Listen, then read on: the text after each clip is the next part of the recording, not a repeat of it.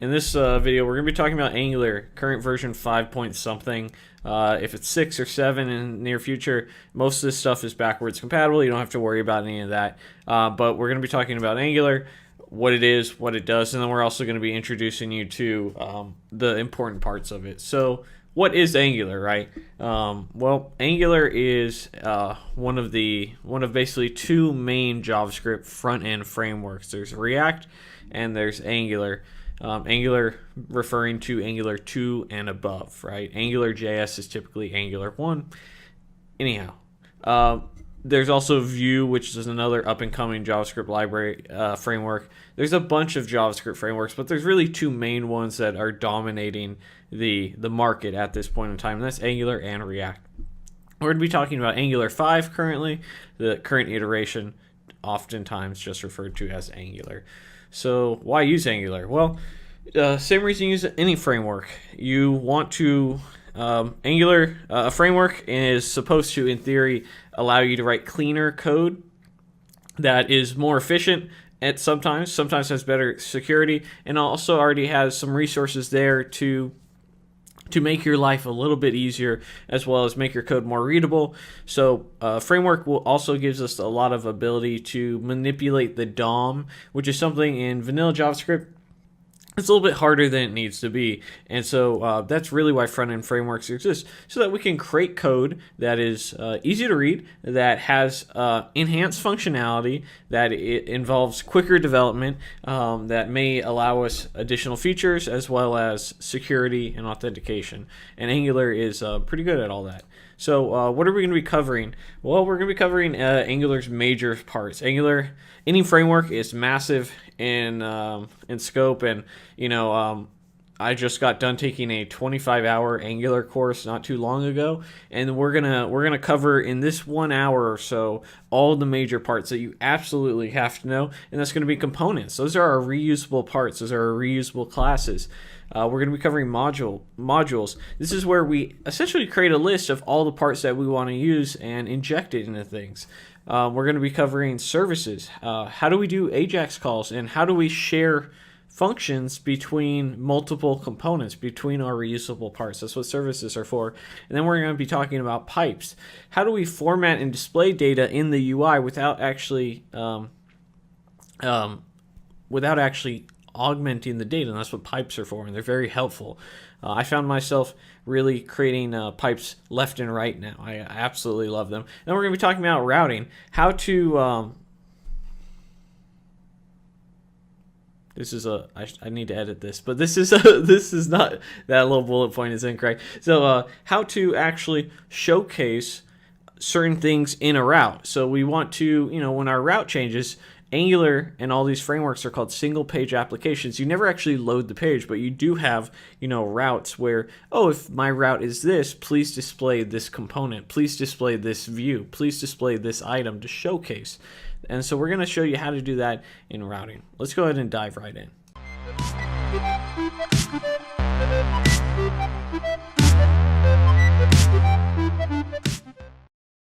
All right, there's some things that we're going to need to install before we get started when we want to develop an Angular application.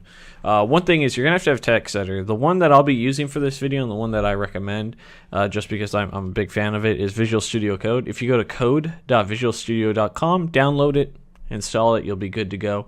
Another thing that I'll be using is a Git terminal, and you can go to git-scm.com to not only install Git on your computer, but also get the Git Bash terminal, which you'll see in a second. One other thing that you'll need to make sure you have installed is Node as well. If you go to nodejs.org/en/ or just go to nodejs.org, and I'm sure they'll have your language as well, and you'll be able to download the latest. You don't need to get the current, you can just get the recommended one for most viewers. I'm not going to walk you through how to install that. It's pretty straightforward. You download the file, you keep clicking next, and it's installed. And last but not least, we're going to install the Angular CLI. What is the Angular CLI? This is the Angular command line interface, and what this allows us to do is get a Angular environment set up and running very quickly in a short amount of time. And pretty much every time I start a new project, I install the latest version of Angular CLI. So if you want, we can go ahead and walk it through this part, just because I think it's a little bit more so, although there's instructions. So I'm going to launch my Git Bash terminal, and if you have Git installed at this point in time, and then you right click, you'll see Git Bash. This will launch it just on the desktop. We're going to install this globally, which means that we're going to have access to it anywhere in our application. And all we're going to do here is npm install -g, that's that global, at angular/CLI. There we go. Make that a little bit bigger for everybody. This will take just a second, so if it's taking a minute, don't sweat it. All right, so after you get done installing, you'll see some stuff like this. Everything will be good to go. Looks like at the time of this video, the Angular CLI is in version 1.7.4. Now what we need to do is wherever we're going to go and create our Angular application, in my case, I have a TLDR folder that I'm going to go to. You're going to go to that folder, TLDR, and launch your Git Bash there. We're going to be using this command here, ng new, and this is going to allow us to create a new Angular application, and all we have to do is then name our app, and I'm going to just go ahead and call it TLDR Angular. And this is gonna, the Angular CLI is going to automatically create a working Angular environment for us to get started with. It's gonna be pretty straightforward. We'll walk through a little bit more of what's inside the application when this gets done installing, and what you need to know about it when we get up and running here. Alright, so let's go ahead and open our text editor of choice. Again, I'm using Visual Studio Code, and what we're going to do is we're going to go ahead and open that file that just got created, this folder that just got created, and we're going to see a ton of crap in here, and a lot of it we're not going to worry about, but I'm going to give you a quick rundown of what's going on here. So you'll see this tslint, tsconfig.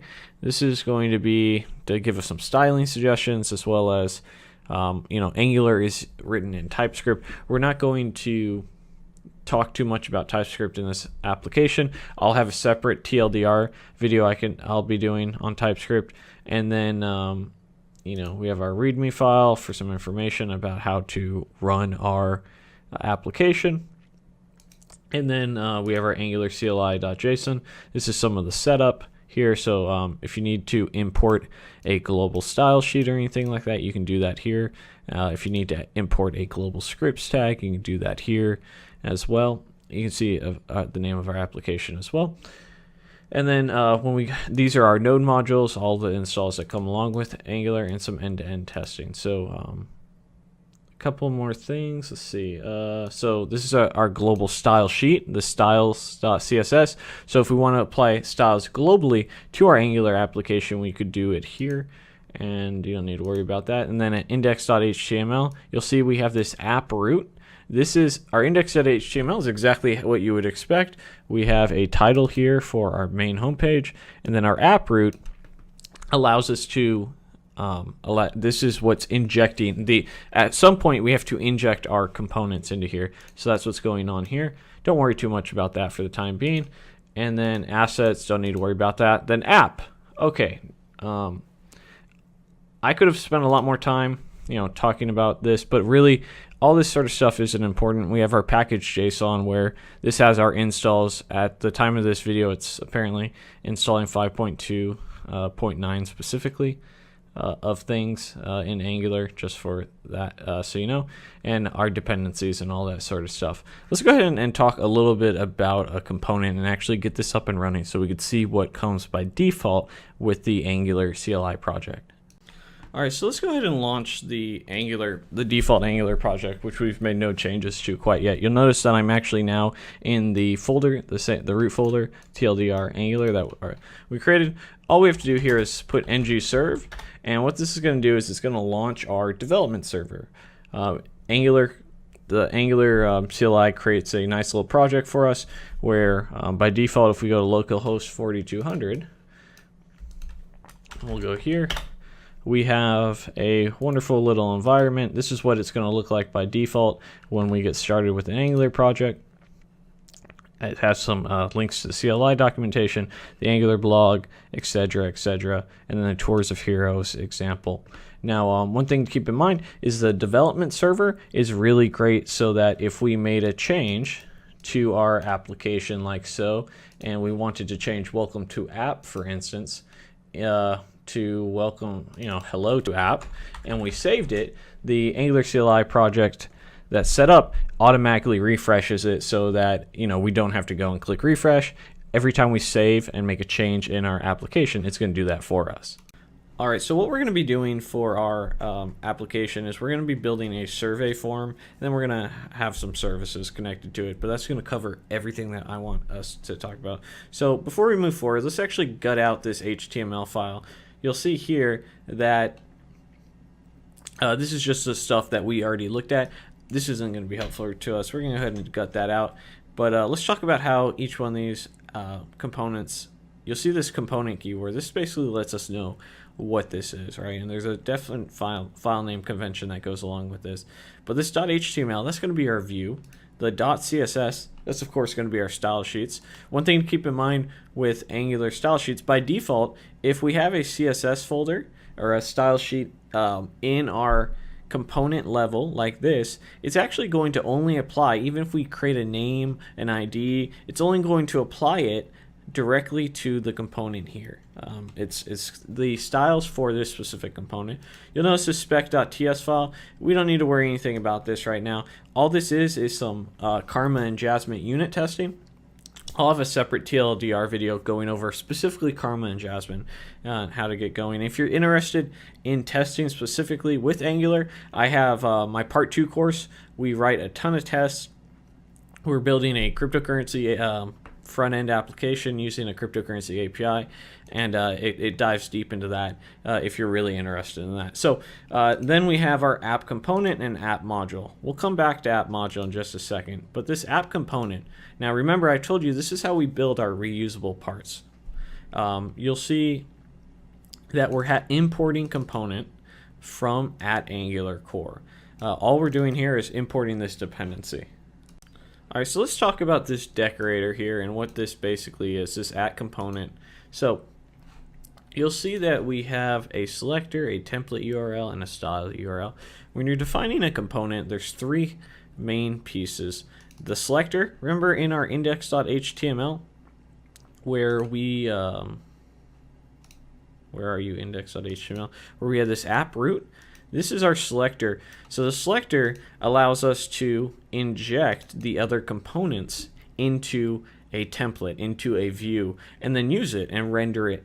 The template URL here is the HTML content that's in there. And now remember, we're going to be connecting the component logic to the template, but in our case we had just the Angular hello, welcome to Angular, and the 3 links, right? We deleted all that and got rid of that. The styles URL, this is an array. You can have multiple style sheets in here if you want, but this allows us to have custom CSS for our component. Alright, so before moving on, let's talk a little bit about modules, what they are and what they do. Modules give us the ability to, at the end of the day, allow us to import a group of items and install them into our application. Basically say, hey, declarations are going to take in your components, imports are going to take in other modules that are going to be used, and then providers are going to take in services, and Bootstrap are components that will be automatically added when this all launches and runs.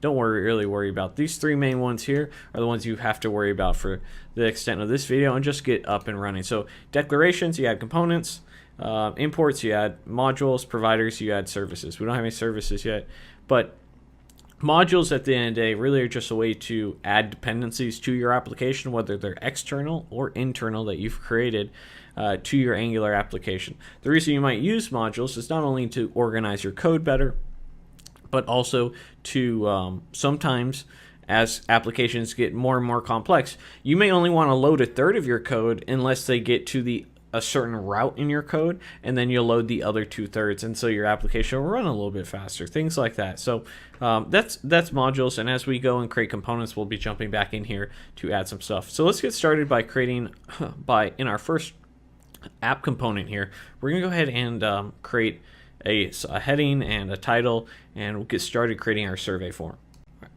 One more thing before we get started, I'm going to actually install Bootstrap. This is just going to be for some styling and CSS. You don't really have to worry about it too much more than that. So to do that, all we have to do is make sure you're in your root directory, and then go npm install Bootstrap. And this will take just a second to install. Alright, after it goes ahead and installs, you'll see something like this. Bootstrap's currently in version 4.0 right now, and what we have to do next, we just have to add the dependency. Even though it's added to our application, we have to add it to either one of two places. The Angular CLI.json, we could add it to the styles here. I personally like to instead just use an import statement in our global styles. Say @import,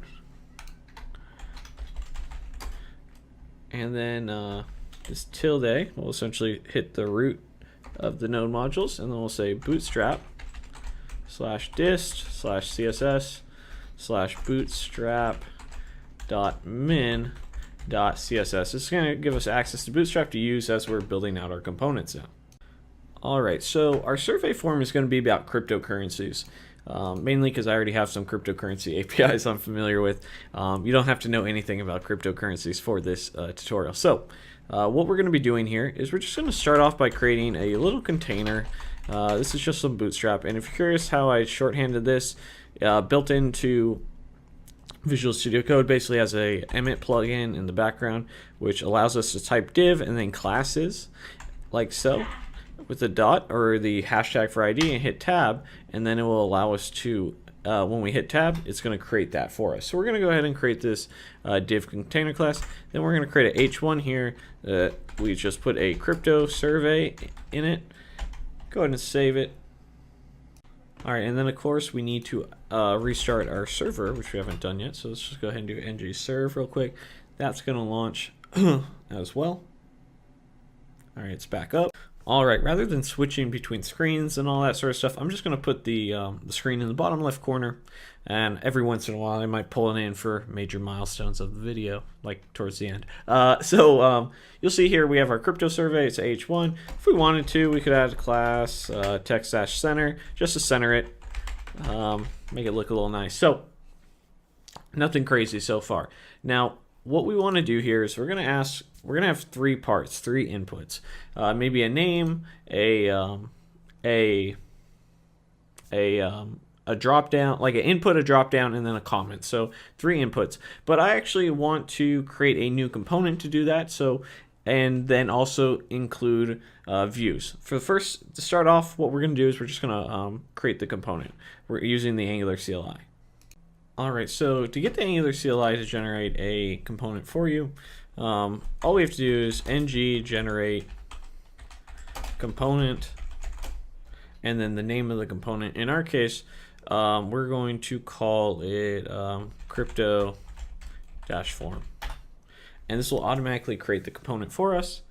Wham bam, go ahead and lower this, jump back into our application, and you'll see we have this crypto form component now that has been generated in our application. So what gets generated with it? Well, we get a CSS file, we get an HTML file. It's just going to have some text in here so that you can see that it displays. We're going to get this testing file, and then we're going to get our natural component here that basically everything's said about with the constructor and ng on init. We'll talk a little bit about what that is and how we're going to use that moving forward. So one other thing that happens in our app module, you'll see here, it automatically will import our crypto form component and add it to our declarations using the Angular CLI. So we don't have to worry about that if we're using the Angular CLI. But now that we have our component created, how do we add a component to another application? Well, it's pretty straightforward, right? We saw how we did with app component. So how would crypto form component do it? Well, let's look at our selector here. We have app-crypto-form. Go ahead and copy that, and we go ahead and jump right into our app component.html. Put that, hit tab, save it, and we should see the text that was in there, and we do, where it says crypto form works, right? Or you see that there's something there very small if you're watching this on mobile. All right, very nice. Let's go ahead and delete that. And now we're just going to create our form real quick. So we'll do a div, we'll make it a row, and then we'll create a div call. Oh, excuse me. I'm sick while filming this, so I apologize if I'm sneezing. So we'll go ahead and create a call MD-6. We'll put a label in here. This will be with like font -weight -bold to make the label there, and this will be for what was this? We'll do name, and then in here we'll have our name, and then we'll have an input. This is going to have a class of form control. All this stuff is basically just basic HTML and a little bit of Bootstrap so it looks nice. And we're going to give this an ID equal to name, so when we click on the label, it goes in there. And we'll go ahead and create another. We'll save that real quick. So that should give us a little label and a little form control. Nice. Let's click name, go in there. Cool. Let's go ahead and create another div real quick. And then we'll, this will be div.call-md-6, another label, font-weight -bold. We'll call this for, this is going to be a drop down of some cryptocurrencies, and we'll just call this cryptos, and we'll say favorite crypto, and then we're going to create a drop down. So we'll have our select tag, and this will be, we can get rid of the name here. We don't need that, but we do need ID here for cryptos. And then we're going to go ahead and create an option, and we're going to iterate through that in just a second. So one more thing that we need to create for our HTML, let's spread that out a little. Oops, let's spread that out a little bit so it looks all right. And of course, I meant to add class here equal to form-control. This will just make it look nicer. All right, and while we're at it, we don't need to have this in its own row. We'll just have a text input div.row div.call-md-12, and we can just go ahead and put a label .font-weight -bold. This will be for comments. And then we'll say comments, and then we'll have a text area .font-weight -bold. All right, delete all this other crap. All right, cool. So basically, we just did a little bit of Bootstrap, a little bit of. Oh, this is form control, excuse me. So form-control, a little bit of misspelling. So we basically created a little bit of HTML here. Looks clean. It's nothing super crazy. And then let's go ahead and create a button. We'll just do div.row, and in here we'll have a we'll just make it. Oh, it doesn't matter. We'll make it a button, and we'll say btn btn -outline -success. Oh, and also let's just make it block level button, and then here we'll just say send form, something like that. All right. Oh, it's not gonna look right if we don't do this. This will do it so everything's on the same page. All right, cool. And maybe we'll add a little bit of padding to the top, or margin to the top. So MT-2, just a Bootstrap margin class. Very nice. All right, cool. So pretty basic. So we've created our component. We're not using routes yet. We're not going to worry about that. But let's actually, and we haven't done any logic in our component yet. We'll come back to that in a second. But let's go ahead and actually create a service, because we want to populate this drop down here with a list of cryptocurrencies. So how do we go and create a service? All right, before we move forward, let's look at the endpoint that we're going to be getting our data from. We'll be getting it from https://api.coinmarketcap.com/v1/ticker. And if you don't have a JSON, I have an extension called the JSON formatter. You can just Google, type Chrome extension JSON formatter. It'll come parse like this.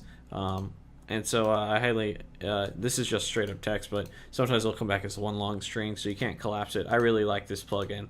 It's a great one. But basically what we're going to do is we're just going to go ahead and pass in this name property from the object. But first we have to get the service so that we can actually do the AJAX calls. Let's go ahead and create our service. We're going to create it just like how we did our component, if you remember earlier, where we can do ng generate service. And what are we going to call it? Well, in this case, I think we're just going to call it our crypto service.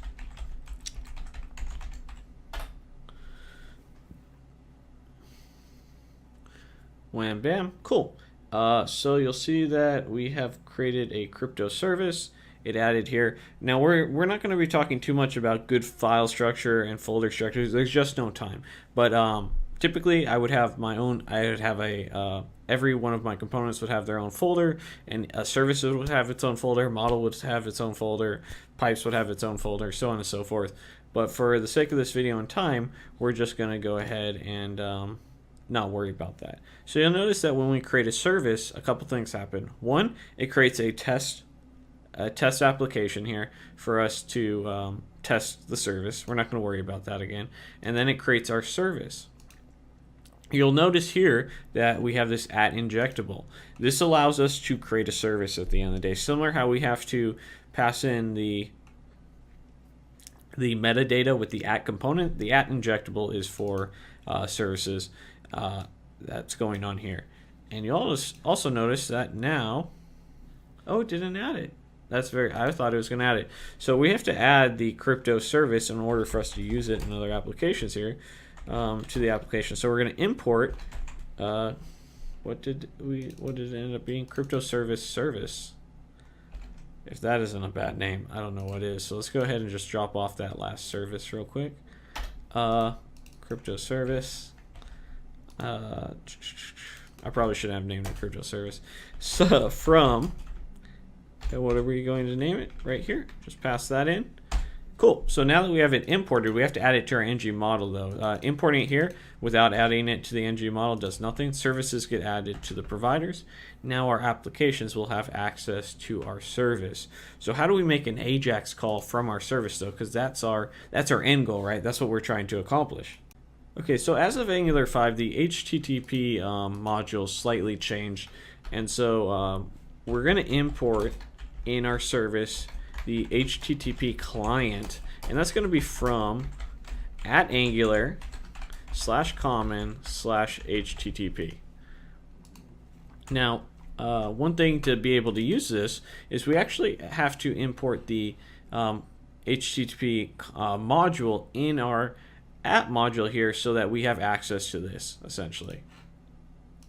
All right, so in our component in our module, we're going to import the HTTP client module from the same place that we just did a moment ago for HTTP client. Now this is going to be @angular/common/HTTP, and then now that we've imported it, we have to go to our imports here and just let it know that we plan on using it and adding it to our imports. So now that we've done that, we'll have the ability to actually use the HTTP client. Now, when you're doing a service in the constructor, if you're a constructor, basically all you really need to know about this, if you're not familiar with more object-oriented programming, is a constructor essentially, when we create our crypto service, these are the properties that get created along with it, or these are the dependencies that get added to it. And so we're going to create that dependency, and we can just put HTTP. We're not going to put anything as public or private because I don't want this to confuse anybody. So HTTP of type HTTP client. Now that we've done that, whenever you actually go and use the crypto service, we'll have the ability to go and use the HTTP client module. So how do we go about actually doing an AJAX call? It's pretty straightforward. We're going to create a function in here called get cryptos. And all we want to do here is return this.http.get, and then remember that route I was just telling you about a second ago? We're going to take this route, and we're going to pass this in like so. And then we're going to say, what's the issue it's giving us here? HTTP does not exist on type crypto service. Yes, it does. I think this is just a little bit of the module issue here. Sometimes when you add new modules without restarting your server, you get some little warnings. We'll worry about fixing those warnings later on. So what we're going to return here is what's called an observable. By default, it returns a promise. So the way that we convert our promise to a observable is we just use the concat map. And what we're going to get back from here is a response. Let me go ahead and wrap that. And what we want to do is take that response, and we want to return it back as an observable in JSON form.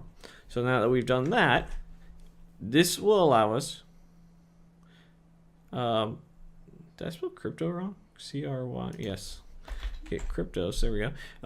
To subscribe to that observable in our component and then get that data. Let's go ahead and see what that's going to look like. All right, so how do we add this service to our component? Well, exactly how we added HTTP to our service is now when we jump into our crypto form component.ts in our constructor, we are going to, first we have to import that service. So we're going to import the crypto service from // crypto service, and then we're going to add it as a dependency. In our case, we're just going to call it crypto service, and then of type crypto service. Now, by default, we want it to actually fire off.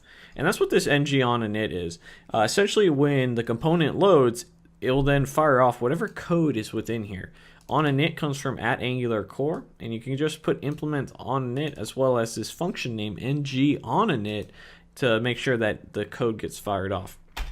So all we're going to do is say this.cryptoservice .get. Oh.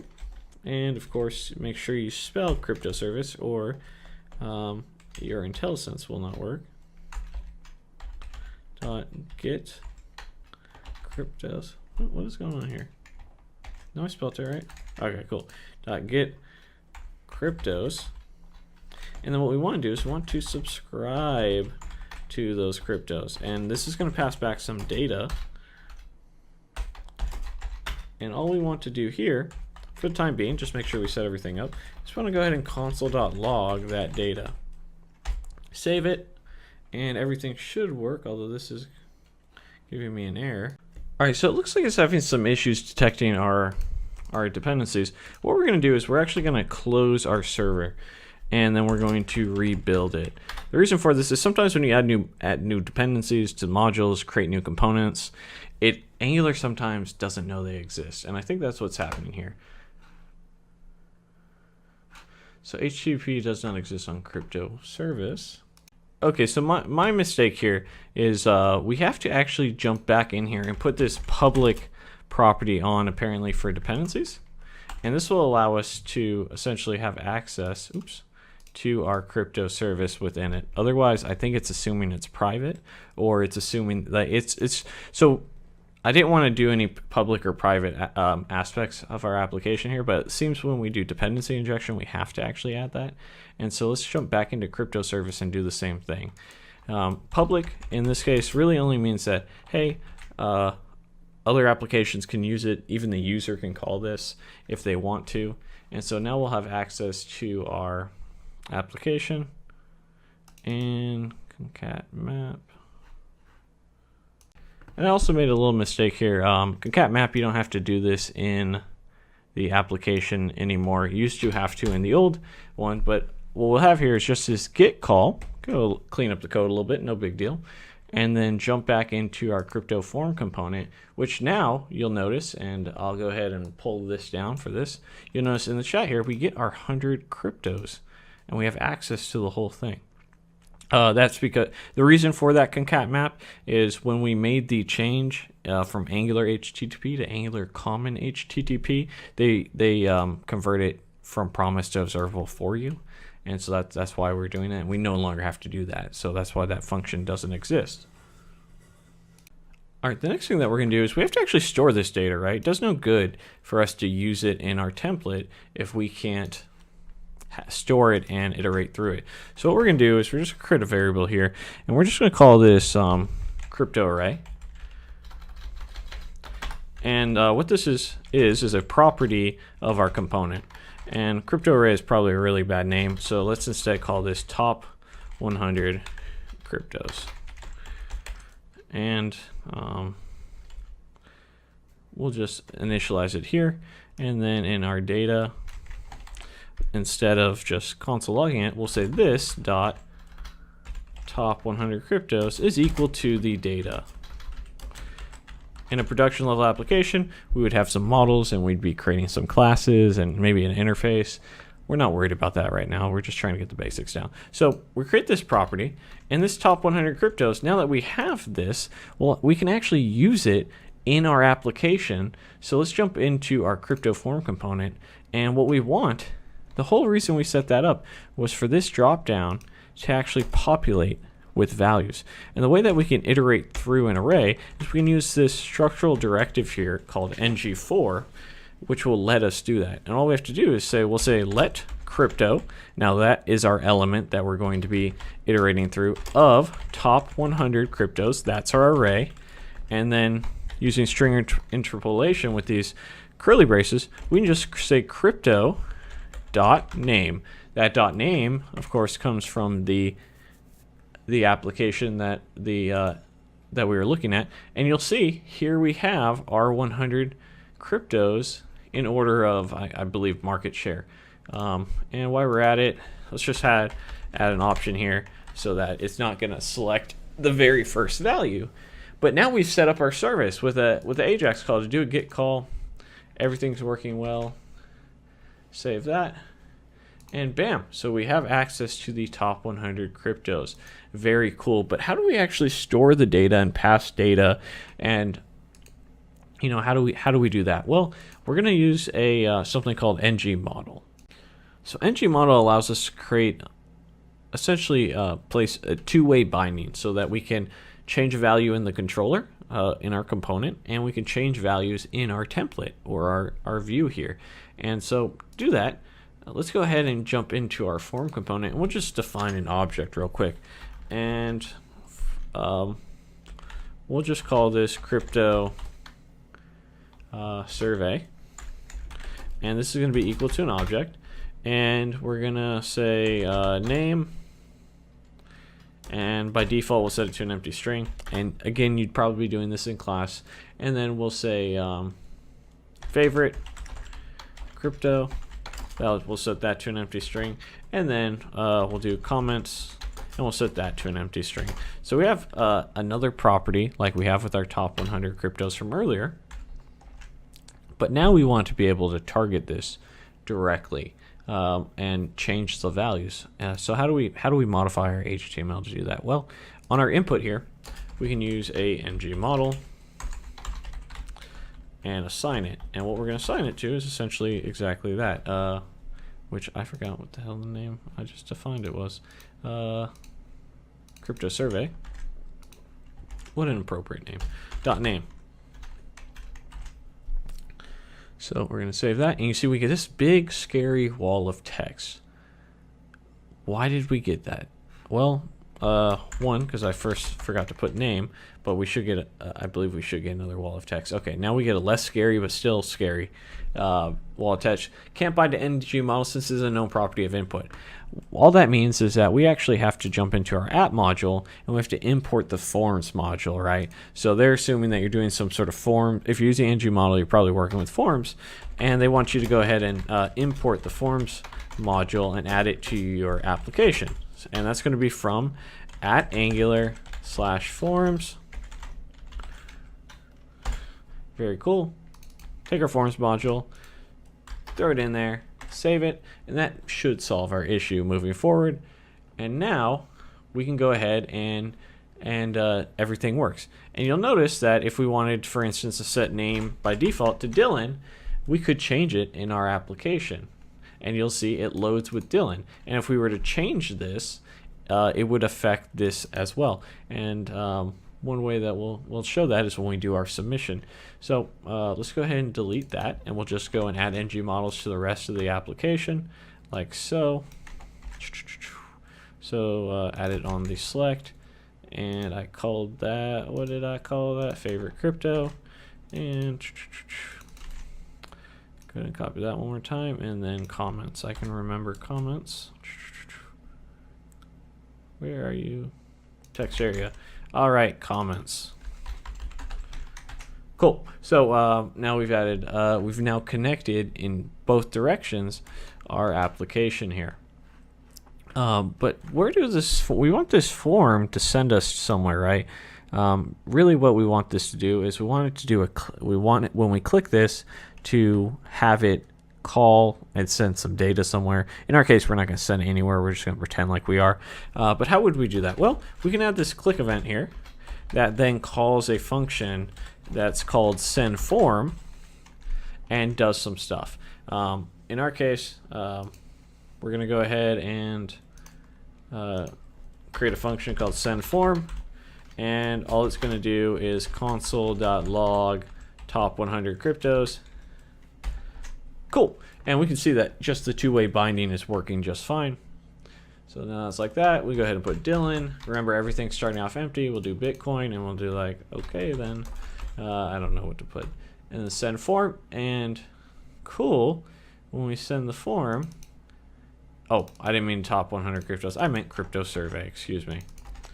But you did see that it logged out the top 100 cryptos, but that wasn't what I was going for. So Dylan, Bitcoin, send form, and you'll see in our application now that we've actually modified the way that this is going to look. Favorite crypto name. Oh, look, we have a bug in our code. Favorite crypto did not set its value. The reason for it is we didn't set our drop down value, which is why you do these checks, which is pretty straightforward. This is just HTML really at the end of the day. And all we have to do here is jump back to our option. Instead of every value being that, all we want value to be, and we'll just wrap this. When we wrap this like this, what this essentially is doing is now doing property binding, where essentially if we wanted to pass in a Boolean, that would be like that, and not, it wouldn't be the string true. And it's the same thing for crypto dot name. This will allow the name to be put in there, not specifically the string crypto dot name. And then you'll see now, we go ahead and put something here. Go ahead and put something here, select Bitcoin, submit our form, and bam, now we have Bitcoin in there as we wanted before. All right, so next what we're gonna do is we're gonna go ahead and create routing and see how we can set up our routes in Angular. This is a pretty common property of, or item topic in single page applications. Is a single page because we essentially create these mock routes where we only display certain things if our route or our URL here is in fact a certain path.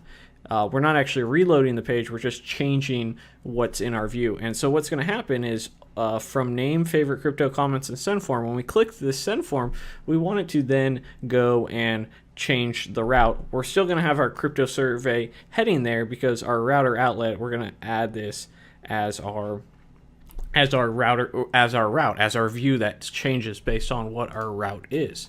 So how do we do that? Well, first thing we're going to need to do real quick is go ahead and create a new component. Go ahead and go to your application like so. I should have had this open. My apologies. TLDR -angular git bash and ng generate component, and in our case we're going to just call it form dash submitted.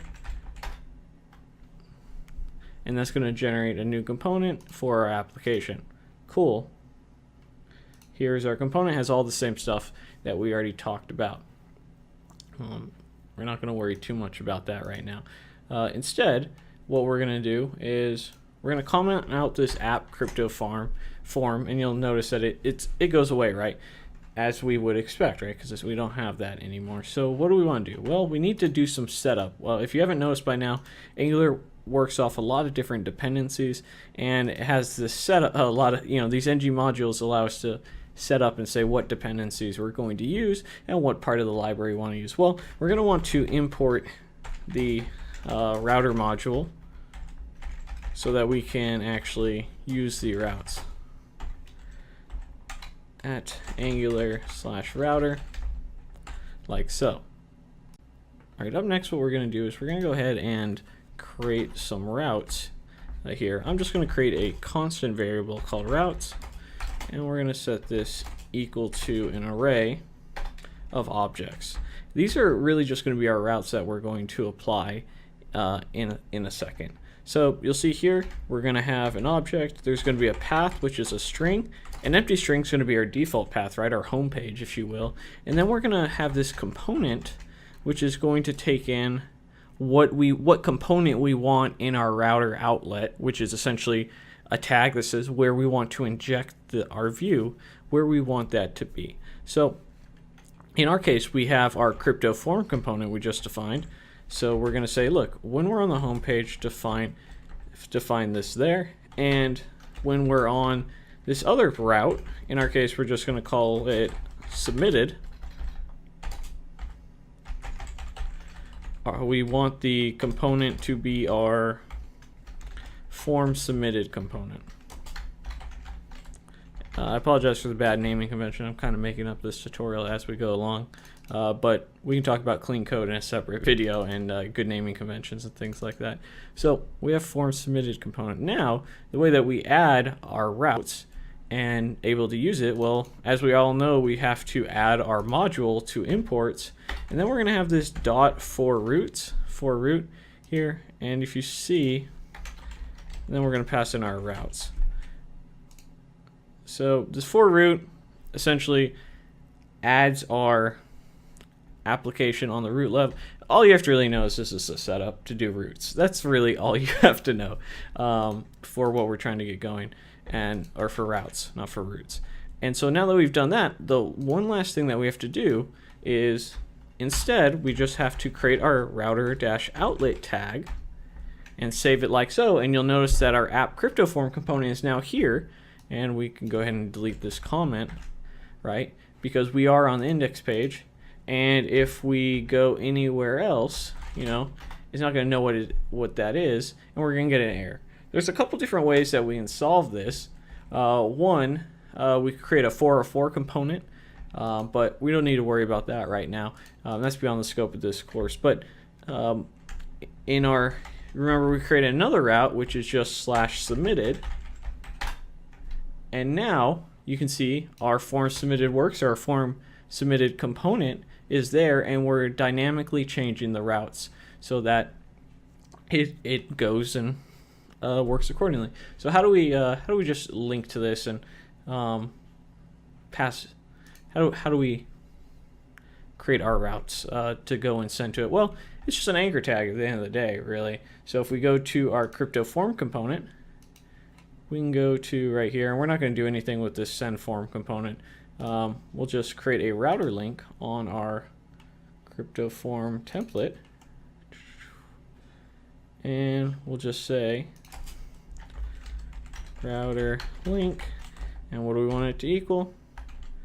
In this case, we just want it equal to submitted.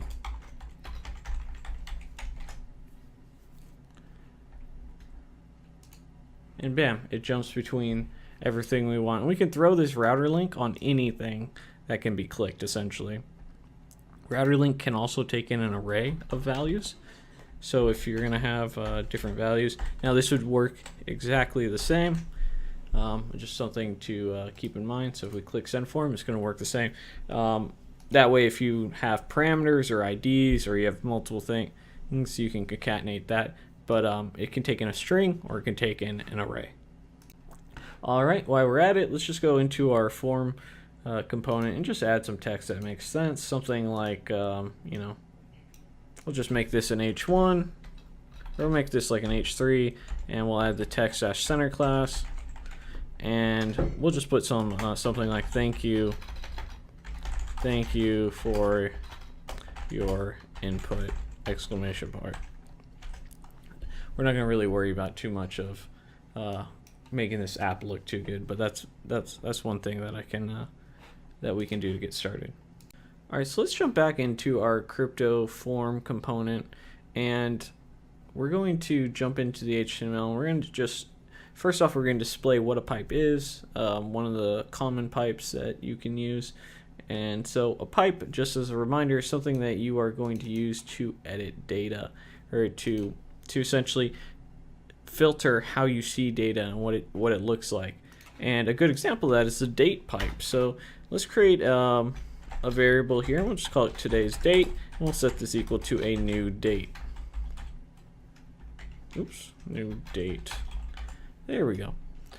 And we'll jump into our crypto form component and just right at let's jump back here real quick, and then we'll create a new div here, and in here we'll have just put a little h5 that is today's date. Again, we're not trying to make this look the best. It's mainly about illustrating an idea. So form component, today's data. Oh my goodness, today's date. There we go. All right, cool. So you see this very long string, Eastern Daylight Time, all that. That's not very good. What we can use though is some built-in pipes in Angular to actually go and filter this so that we can get in the form we want without having to manually change it. So the date pipe, we're looking at that documentation right now. You can see that it comes with several formats that you can use as an example. Short is equivalent to month, day, year, hour, minute, and then time zone, all that sort of stuff. And then you have, these are all predefined, but you can see there's a lot of different examples, and it goes on, and there's a lot of documentation. Some other pipes in here to keep in mind. They have the number pipe, which allows us to do decimal places on our numbers. There is the to lowercase and to uppercase pipe, all that sort of stuff. There's also the slice pipe. There's a bunch of pipes, and you can write your own. We'll go ahead and showcase how to write our own real quick after we use the date pipe. So I believe we already have the common module imported here, but all we need to do to use the date pipe, you'll notice we're using these primarily in our HTML. So if we parse by date, you'll see we get the default one, but now we get this very nice added, very nicely filtered default value. Now, if we wanted to do our own custom one, we have this colon that comes. So the pipe, as you might imagine, is denoted by this pipe. And if we wanted to add custom ones, we could do it with a colon, and this essentially tells us, hey, we're about to add in an optional parameter to our pipe here, like so, and we could pass in short. Remember, we had the short. We could also pass in, I believe is month, minute, or what is that? Minute? That might be minute. Yeah, that's minute. I think is month, which is the 4th month. For our use, we'll just pass in short, but that's how you pass in optional parameters. Now, let's go ahead and create our own custom pipe. All right, we're going to make a very simple pipe. What we're going to do real quick is just create a drop down here that has a Boolean value of true or Boolean value of false to say, hey, do you like crypto? Or do you believe in crypto? So we'll just do create a little div real quick.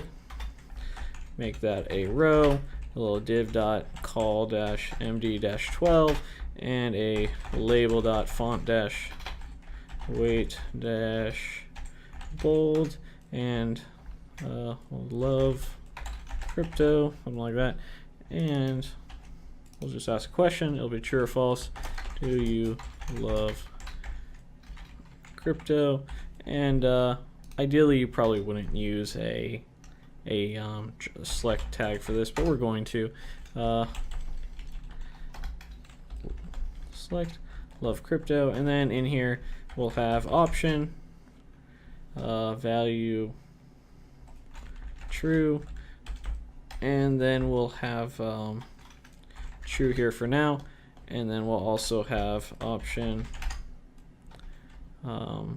false, and then we'll have false here for now as well. And what we're going to do is we're going to write a simple pipe that says if it's a true value, if the value is true, go ahead and change it to yes, output it as yes. If the value is false, go ahead and output it to false. Alright, so let's start by creating a new pipe. How do we create a pipe? At this point you can probably guess ng generate pipe, and we're just going to call this bool yes, actually let's call it yes no, and it's going to create a new pipe for us. Jump back into our component, form submitted, and then you'll see we have our test file, and then we have our actual pipe. Alright, so let's go over what's going on in our pipe here. So you'll see we're importing two things for our pipe. We have pipe transform. This is our decorator, and remember how we did /date? That's what this name is for. In our case, it's going to be yes no. And then of course we're exporting yes no pipe, and we're implementing pipe transform. What is the transform property coming from pipe? All that is essentially our logic. Hey, when we call this pipe on a value, what do we do with it? And so here we can go ahead and take get rid of all this sort of stuff. Not trying to introduce any TypeScript as much as we can in this introduction video. So what we want to happen here is say, hey, if value, meaning if it's true, return yes. Else, we don't need an else, right? Because it's a return statement. It's not going to hit this unless it's false. Else, go ahead and return no. And so now we've essentially written our first pipe. Let's go ahead and save this other file. And excuse me for having that up.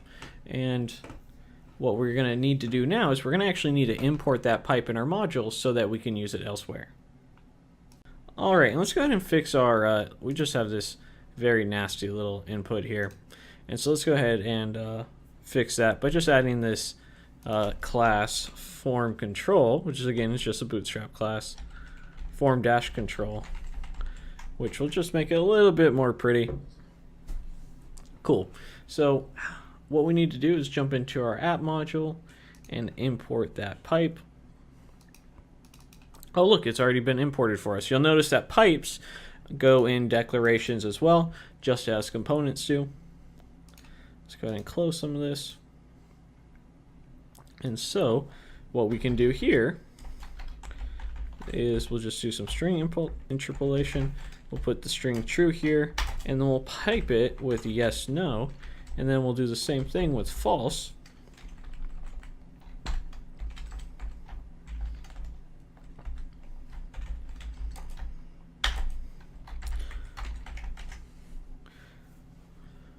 So bam, so you'll see our values here are actually, oh, excuse me. So the reason that this is returning yes and yes is not because our pipe is flawed, but because I made a mistake here. So remember, we're expecting a Boolean value, and when they're strings, they are going to always be true because it's going to be, so you'll see yes and no, and the value here is true and false. And so that's a very basic pipe. Pipes are really powerful.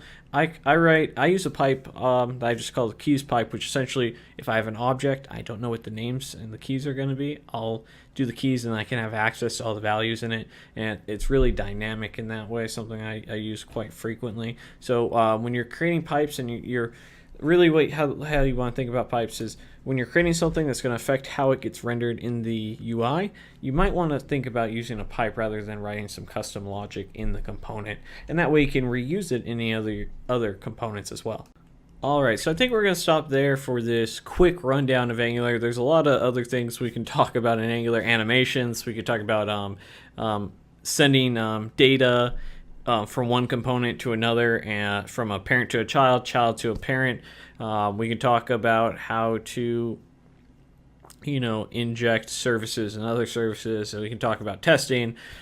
the list can go on and on. Angular's very, very long. So if you're interested in diving a little bit more deeper in it, I have 2 Angular projects. Part 1 is a introduction project. It's about 3.5 hours of content where we're going to be building a personal portfolio. We're going to introduce you to a lot of new concepts as well, expand on what we have. And then part 2 is a cryptocurrency project where it's about 8 hours of content or 6 hours of content. I forget what it is. It's about twice the size of the original project. And this goes into even more advanced details. So if you enjoyed this, I appreciate you guys watching the video. Don't forget to comment, like, subscribe, share. I hope it gave you maybe a little bit of a head start, a jump start to get going with Angular 5 and Angular. Thank you for watching the video. Don't forget to comment. Milo, I'm trying to do an outro here. Comment, like, subscribe, share. Support me on Patreon. Hit that notification bell. All that good stuff. I'll see you. And Milo, we'll see you next time. Bye, guys.